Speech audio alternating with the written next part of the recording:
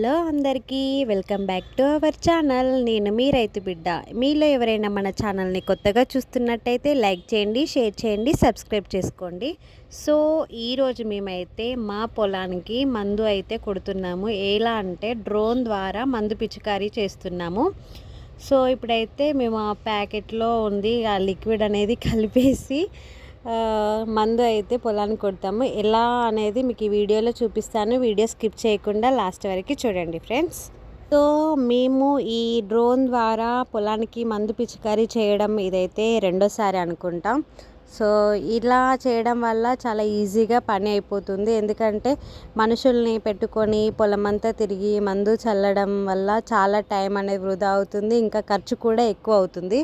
ఈ డ్రోన్ ద్వారా మనం ఈజీగా మనం పొలానికి మందు పిచికారీ చేయవచ్చు, చాలా ఈజీగా అయిపోతుంది. ఇలాంటి టెక్నాలజీ రావడం వల్ల రైతులకంటే చాలా అంటే చాలా ఉపయోగపడుతుంది.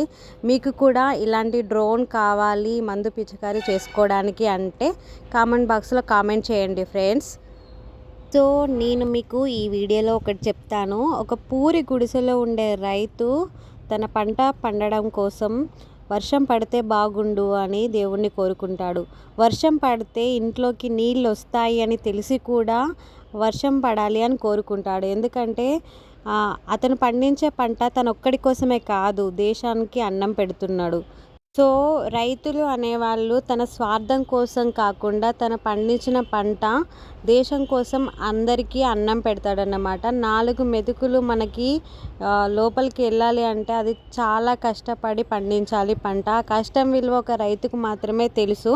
సో అందుకే అంటారు కదా, జై జవాన్ జై కిసాన్ అని. బార్డర్లో ఉండే సైనికులు ఎలా కష్టపడుతున్నారో సేమ్ రైతు కూడా అలానే కష్టపడుతున్నాడు. కానీ రైతుల కష్టాన్ని అయితే గుర్తించడం లేదు. సో ఇదండి మా పొలంలో మేము డ్రోన్ ద్వారా మందు పిచికారీ చేసినాము. వీడియో లాస్ట్ వరకు చూసినందుకు చాలా థ్యాంక్స్ ఫ్రెండ్స్. ఇలానే మరిన్ని వీడియోల కోసం చూస్తూనే ఉండండి రైతు బిడ్డ పప్పీ బ్లాగ్స్ యూట్యూబ్ ఛానల్. ఓకేనా ఫ్రెండ్స్? సో మీలో ఎవరైనా మన అగ్రికల్చర్ సబ్స్క్రైబర్స్ ఉంటే కామెంట్ బాక్స్లో కామెంట్ చేయండి.